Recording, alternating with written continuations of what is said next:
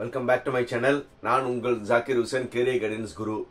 நம்ம சேனலில் வந்து மோட்டிவேஷன்ஸ், அதே மாதிரி வந்து ப்ளஸ் டூ படித்த மாணவர்களுக்கு வந்து என்னென்ன எக்ஸாம்ஸ் இருக்குது, என்னென்ன கேரியர் கைடன்ஸ் வந்து ஆஃப்டர் ப்ளஸ் டூ, அது எல்லாமே நம்ம சொல்லிட்டு இருக்கோம். இப்போது ஜனவரி 22, ஜனவரி 23, ஜனவரி 24, அப்புறம் வந்து ஜனவரி 28, 29 ஜேஇ மெயின்ஸ்க்கான என்ட்ரன்ஸ் எக்ஸாம் நடக்க போகுது. இப்போ வந்து என்ன செஞ்சிருக்காங்கன்னா, ஃபர்ஸ்ட் ஸ்லாட், அதாவது ஜனவரி 22, 23, 24 இவங்களுக்கு வந்து அட்மிட் கார்டு ரிலீஸ் பண்ணிட்டாங்க. ஆல்மோஸ்ட் என்னது 3-4 நாள் தான் இருக்கு. இந்த நாள் இருக்கிற லாஸ்ட் 3-4 நாள்ல வந்து நீங்க என்ன செய்யணும், என்ன செய்யக்கூடாது, வீடியோக்குள்ள போய் வந்து டீட்டெயிலா பார்க்கலாம். அதுக்கு முன்னாடி இந்த சேனலை சப்ஸ்கிரைப் பண்ணிக்கோங்க.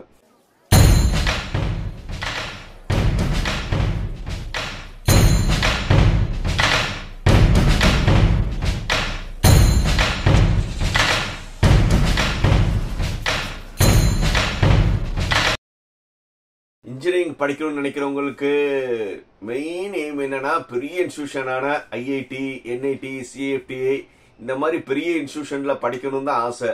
அதுக்கு வந்து என்ன என்ட்ரன்ஸ் எக்ஸாம் இருக்குன்னா என்னது, முதல்ல வந்து ஜேஇ மெயின். ஜேஇ மெயின்ல வந்து முதல்ல வந்து ஒரு 2.5 லட்சம் ரேங்க்குள்ள வந்துட்டீங்கன்னா நீங்க ஜேஇ அட்வான்ஸ்க்கு போகலாம். ஃபர்ஸ்ட் எல்லாத்தோட எய்ம் என்னன்னா, ஜேஇ மெயினை கிளியர் பண்ணணும். ஜேஇ மெயினை கிளியர் பண்ணா ஐஐடி இல்லாட்டினாலும் என்ஐடி, சிஎஃப்டிஐ இந்த மாதிரி நிறைய இன்ஸ்டிடியூஷன் போகலாம். அதே மாதிரி நிறைய டீம்டு யூனிவர்சிட்டியும் வந்து ஜேஇ மார்க் பேஸ் பண்ணி தான் கொடுக்குறாங்க.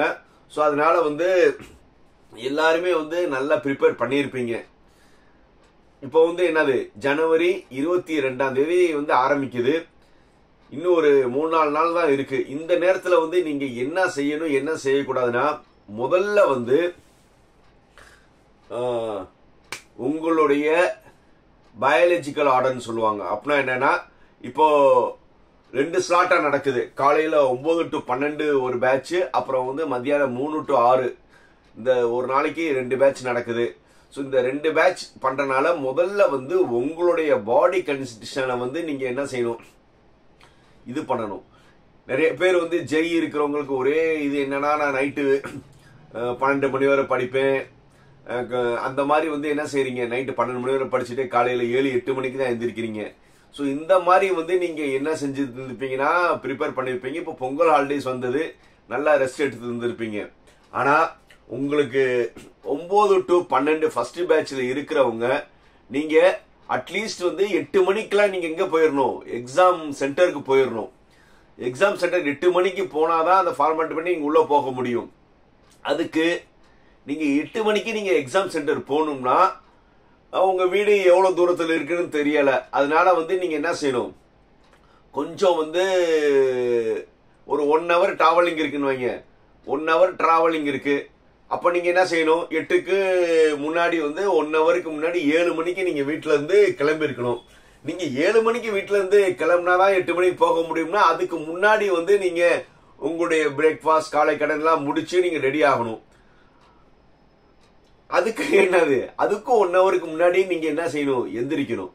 சோ அதனால வந்து நீங்க எந்திரிக்கிற பழக்கத்தை வந்து நீங்க வந்து என்ன செய்யணும்னா, இன்னையிலிருந்து நீங்க வந்து உங்களுடைய எந்திரிக்கிற டைமை நீங்க என்ன செய்யணும், மாத்தணும். மார்னிங் அட்லீஸ்ட் வந்து ஒரு 5 to 5:30க்குள்ள வந்து நீங்க எந்திரிச்சே ஆகணும்.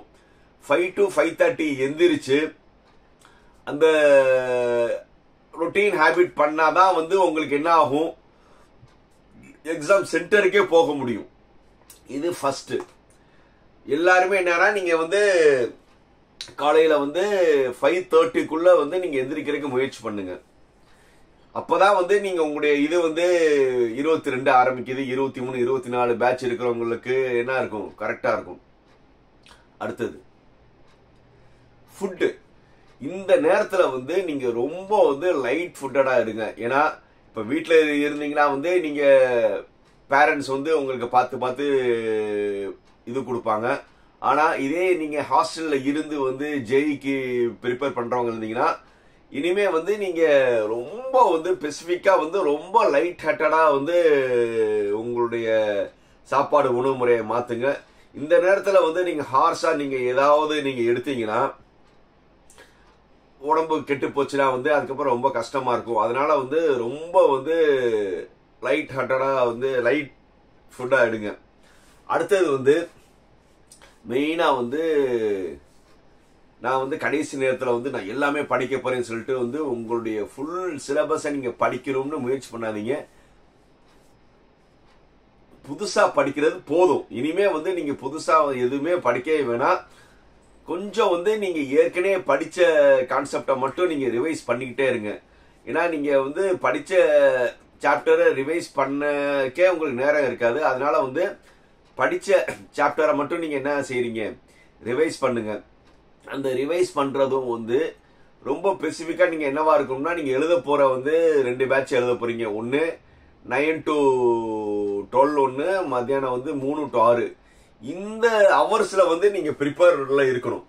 ஏன்னா நீங்க வந்து படிக்கிறதோ இல்ல மார்க் டெஸ்ட் பண்றதோ நீங்க 9 to 12, 3 to 6 இந்த டைம்ல வந்து நீங்க என்ன செய்யணும்னா, உங்களுடைய எக்ஸாமினேஷன்ஸ் வந்து முடிஞ்சவரை வந்து ஒரு 2 மார்க் டெஸ்ட் வந்து நீங்க பண்ணி பாருங்க. மார்க் டெஸ்ட் பண்ணுங்க. அதுக்கப்புறம் வந்து நீங்க ரிவிஷன் பண்ணணும்னு நினைச்சீங்கன்னா இந்த டைத்தை மட்டும் லூஸ் பண்ணாதீங்க. ஏன்னா இந்த டைம் தான் வந்து நீங்க சைக்காலஜிக்கலா வந்து எக்ஸாம் எழுத போற டைம். அந்த டைத்துக்கு வந்து நீங்க என்ன செய்யணும், ப்ரிப்பேர்டா இருக்கணும். அதே மாதிரி நான் ஏற்கனவே சொன்ன மாதிரி எக்ஸாம் சென்டருக்கு நீங்க லேட்டா போனீங்கன்னா, ஒரு 10 நிமிஷம் லேட்டா போனீங்கன்னா வந்து நீங்க பதட்டப்பட்டு அது இது அவங்க அவ்வளோ இது கேட்பாங்க. அந்த ரெஸ்ட்ரிக்ஷன்ல வந்து நீங்க பேனிக் ஆகி போய் வந்து நீங்க நல்லா ஸ்கோர் பண்ணணும்னு நினைச்சாலும் உங்கள்கிட்ட இருந்து ஒரு 30-40 மார்க் குறைய வாய்ப்பு இருக்கு. அதனால எக்ஸாம் சென்டருக்கு ரைட் டைத்துக்கு போறதுக்கு முயற்சி கிடையாது, போயே ஆகணும்.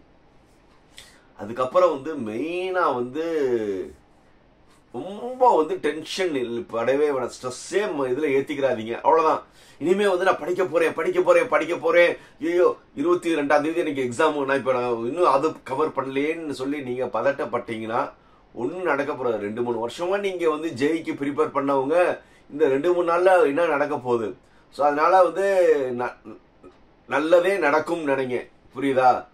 இனிமே வந்து என்ன நடக்கும் அதான் நடக்க போகுது. அதனால வந்து நீங்க தேவையில்லாம வந்து நான் அந்த சாப்டர் படிக்கல இந்த சாப்டர் படிக்கலன்னு மெயினா வந்து என்ன செய்யாதீங்க, டென்ஷன் ஆகாதீங்க. இன்னும் நீங்க அவாய்ட் பண்ண வேண்டியதை நம்ம நிறைய இதெல்லாம் சொன்ன செல்போன், அதோட வந்து இப்ப வந்து கொஞ்சம் குரூப் டிஸ்கஷன் பண்றதை விடுங்க. ஏன்னா இப்ப வந்து நீங்க வந்து கம்யூனிகேஷன்ஸ் நீங்க பண்ணிட்டு இருந்தீங்கன்னா உங்களுடைய ஃப்ரெண்ட்ஸ் என்ன சொல்லுவாங்கன்னா, நான் அந்த சாப்டர் படிச்சேன் இந்த சாப்டர் படிச்சேன், நீ இது படிக்கலையா நீ அது படிக்கலையான்னு சொல்லி உங்களை என்ன செய்வாங்க, குழப்பதான் செய்வாங்க. அப்போ நீங்க என்ன ஆவீங்க, என் ஃப்ரெண்டு அந்த சாப்டர் படிச்சுட்டா அப்புறம் நானும் படிக்கணும்னு சொல்லி நீங்க என்ன செய்வீங்க, ஒரே கன்ஃபியூஸ்டா இருப்பீங்க. ஸோ அதனால வந்து ஃப்ரெண்ட்ஸ் கிட்ட டிஸ்கஸ் பண்றதை விடுங்க. அதே மாதிரி வந்து ரொம்ப ரொம்ப ரொம்ப முக்கியமானது என்னன்னா, எக்ஸாமினேஷன் சென்டர் எங்க இருக்குன்னு நீங்க முதல் நாளே போய் பார்த்துட்டு வந்துருங்க. இப்போ உங்களுக்கு 22ஆம் தேதி எக்ஸாம் இருக்குன்னா அதுக்கு முன்னாடியே வந்து உங்களுடைய எக்ஸாம் சென்டர் எங்க இருக்குன்னு பாத்துக்கோங்க. இதனால வந்து நிறைய பேர் வந்து எக்ஸாம் ஹாலுக்கு போக முடியாம, எக்ஸாம் சென்டருக்கு போக முடியாம நிறைய ஆஸ்பிரண்ட் வந்து வேஸ்ட் பண்ணுங்க. ஏன்னா நீங்க இத்தனை வருஷம் நீங்க ப்ரிப்பேர் பண்ணிருக்கீங்க. சின்ன ஒரு எக்ஸாம்பிளே நான் சொல்றேனே, இப்ப மதுரையில வந்து காரியாப்பட்டின்னு ஒரு இடம் இருக்கு, சும்மா ஒரு எக்ஸாம்பிள் சொன்னேன். அந்த காரியாப்பட்டி வந்து மதுரையில இருந்து ஒரு 30 கிலோமீட்டர் தான், விருதுநகர்ல இருந்து 20 கிலோமீட்டர் தான். ஆனா அதிகமான பஸ் ஃப்ரீக்வெண்ட் எல்லாமே மதுரையில் தான். ஆனா ஆக்சுவல் வந்து காரியாப்பட்டின்னு ஒரு ஊர் பக்கத்துல இருக்க காலேஜுக்கு என்ன வரும்னா விருதுநகர் டிஸ்ட்ரிக்ட் வரும். நீங்க புதுசா இருக்கிறவங்க வந்து சரி விருதுநகர் டிஸ்ட்ரிக்ட் போட்டிருக்காங்க அப்படின்னா விருதுநகர் பக்கத்துல இருக்குன்னு சொல்லிட்டு நீங்க விருதுநகர் போனீங்கன்னா, விருதுநகர் ஆக்சுவலி நீங்க மதுரை கேண்டிடேட் விருதுநகர் டிஸ்ட்ரிக்ட் நினைச்சிட்டு நீங்க விருதுநகர் போனீங்கன்னா அப்போ மறுபடியும் நீங்க சுத்தி வரணும். ஸோ அதனால வந்து நீங்க அதே மாதிரி வந்து ஒரே நேம்ல வந்து 2-3 காலேஜஸ் இருக்கும். ஸோ அப்போ வந்து உங்களுக்கு என்ன இருக்கும், நீங்க ஒரு பெருசு மைண்டா இருக்கும், இந்த காலேஜ் தானே எனக்கு தெரியும்ல, இந்த காலேஜ் தானே எனக்கு தெரியும்னு நீங்க நினைச்சிட்டு இருப்பீங்க. ஆனா அதே காலேஜ் நேமா இருக்கும், ஆனா வேற நீங்க அந்த ஃபுல் அட்ரஸ் படிக்காம வந்து என்ன செஞ்சிருக்க மாட்டீங்க, லொகேஷன் பார்த்திருக்க மாட்டீங்க. ஸோ அதனால வந்து நீங்க முதல்ல வந்து முதல் நாள் எக்ஸாமுக்கு முதல் நாள் வந்து அதுக்கு முன்னாடி நீங்க எக்ஸாமுக்கு முன்னாடியே நீங்க என்ன செஞ்சிடணும்னா உங்களுடைய எக்ஸாம் சென்டர் போய் பார்த்தே ஆகணும். புரியுதா? ஏன்னா புதுசா நீங்க போறீங்க, அந்த சென்டர் எங்க இருக்குன்னு தெரியாது, எவ்வளவு டைமிங் ஆகுதுன்னு தெரியாது. ஸோ இது எல்லாமே வந்து நீங்க முன்னாடியே வந்து எக்ஸாம் சென்டர் வந்து நீங்க போய் பார்த்தே ஆகணும். கண்டிப்பா வந்து உங்க பேரண்ட்ஸ் வந்து உங்க கூட வருவாங்க. அட்லீஸ்ட் வந்து உங்க பேரண்ட்ஸ் ஆவது அந்த இடத்துக்கு போய் எவ்வளவு தூரம் இருக்கு. நிறைய காலேஜஸ் வந்து இறங்கி வந்து நீங்க நடந்து போற மாதிரி இருக்கும். இப்போ நீங்க பஸ்ல போறீங்க, இறங்கி ஒரு 1/4 மணி நேரம் நடக்கிற மாதிரி இருக்கும். இல்ல உள்ள போறதுக்கே உங்களுக்கு என்ன டிரான்ஸ்போர்ட் ஃபெசிலிட்டிஸ் இருக்காது. அதுக்கப்புறம் காலேஜ் போயிட்டு வந்து நீங்க ஹால் பார்க்கறதால நிறைய இதா இருக்கும். ஸோ அதனால வந்து நீங்க முன்னாடியே வந்து எக்ஸாமினேஷன் சென்டர் போய் விசிட் பண்றது ரொம்ப நல்லது. இன்னொன்று வந்து முடிஞ்ச வர வந்து எக்ஸாமினேஷன் அன்னைக்கு ரொம்ப வந்து கூலா வந்து முடிஞ்ச வர வந்து எக்ஸாம் அன்னைக்கு வந்து நீங்க ஏர்லியரா கிளம்பி போயிட்டு அவங்க என்னென்ன சொன்னாங்களோ அதுக்கான டாக்குமெண்ட்ஸ் எல்லாமே வந்து முதல் நாளே நீங்க எடுத்து வச்சிருங்க. ஈவன் வந்து போக வந்து நீங்க ஐடி ப்ரூஃப் ஏதாவது இருந்துச்சுன்னா 1-2 ஐடி ப்ரூஃப் வந்து எக்ஸ்ட்ரா எடுத்து வச்சிருங்க. ஏன்னா வந்து லாஸ்ட் மினிட்ல வந்து கொஞ்சம் ப்ராப்ளம்ஸ் வரும். அதே மாதிரி வந்து இப்போ அட்மிட் கார்டில் வந்து அவங்க போட்டோஸ் வந்து நீங்க அப்ளை பண்ணும்போது என்ன போட்டோ இருந்ததோ அந்த போட்டோஸ் காப்பி வைக்க சொல்லியிருக்காங்க, அதையும் நீங்க எடுத்துக்கோங்க. நீங்க வந்து அட்மிட் பண்ணும்போது ஒரு போட்டோவும் ரெஜிஸ்ட்ரேஷன் பண்ணும்போது ஒரு போட்டோவும் இப்போ நீங்க ஒரு போட்டோ கொண்டு போனீங்கன்னா தேவையில்லாத குழப்பங்கள் வரும். அதனால வந்து நீங்க வந்து ரெஜிஸ்ட்ரேஷன் பண்ணும்போது என்ன போட்டோ நீங்க அப்லோட் பண்ணீங்களோ அதே போட்டோ காப்பி கொண்டு போயிருங்க. இது எல்லாம் சின்ன சின்ன விஷயங்கள் தான். என்னடா கிரிஞ்சா சொல்லிட்டு இருக்குன்னு, இந்த சின்ன சின்ன விஷயங்கள் தான் உங்களுக்கு என்ன ஆகும், டென்ஷன் ஆகும். புரியுதா? ஸோ அதனால வந்து கன்க்ளூஷன் என்னன்னா, புதுசா நீங்க எதுவும் படிக்க வேணாம், ரிவிஷன் பண்ணாவே போதும். ஒரு 2-3 மார்க் டெஸ்ட் கொடுங்க. எக்ஸாமினேஷன் சென்டரை வந்து நீங்க முன்னாடியே போய் பாருங்க. அதே மாதிரி வந்து உங்களுடைய பயாலஜிக்கல் ஆர்டர் நீங்க வந்து எந்திரிக்கிற டைம் வந்து மாத்தி ஒரு பேட்டர்னை மாத்தணும். அதே மாதிரி வந்து ரொம்ப டென்ஷன் பட வேணாம், நடக்கிறதே நடக்கும். ஐ எம் த வின்னர் வந்து உங்களுக்குள்ளே வந்து நீங்க டெய்லி வந்து இது பண்ணிக்கோங்க. இன்னும் வந்து உங்களுக்கு எந்த டவுட் இருந்தாலும் என் பேர் ஜாக்கிர் ஹுசேன், செல் நம்பர் 9842376822. அதே மாதிரி வந்து லாஸ்ட் நேரத்தில் வந்து நிறைய வந்து நீங்க என்ன செய்ய வேணாம், அந்த நோட்ஸ்ல இந்த நோட்ஸ் அது இதுன்னு சொல்லி நீங்க தேவையில்லாம பேனிக் பண்ண வேணாம். ஒரு இதை நீங்க ஃபாலோ பண்றீங்கன்னா, ஒரு சேனலை ஃபாலோ பண்ணி நீங்க நோட்ஸ் எடுத்திருக்கீங்க, இல்ல ஒரு ஆத்தரோட இது பண்ணிக்கீங்கன்னா அதே போதும். லாஸ்ட் மினிட்ல வந்து நீங்க ரொம்ப டென்ஷன் பண்ண வேணாம். All the best. எல்லாருமே வந்து ஜேஇ மெயின்ல வந்து நல்ல ஸ்கோர் எடுக்கிற என்னுடைய வாழ்த்துக்கள். இந்த வீடியோ பிடிச்சிருந்துச்சுன்னா என்ன செய்யணும்? Like, comment, share, subscribe. பாய்.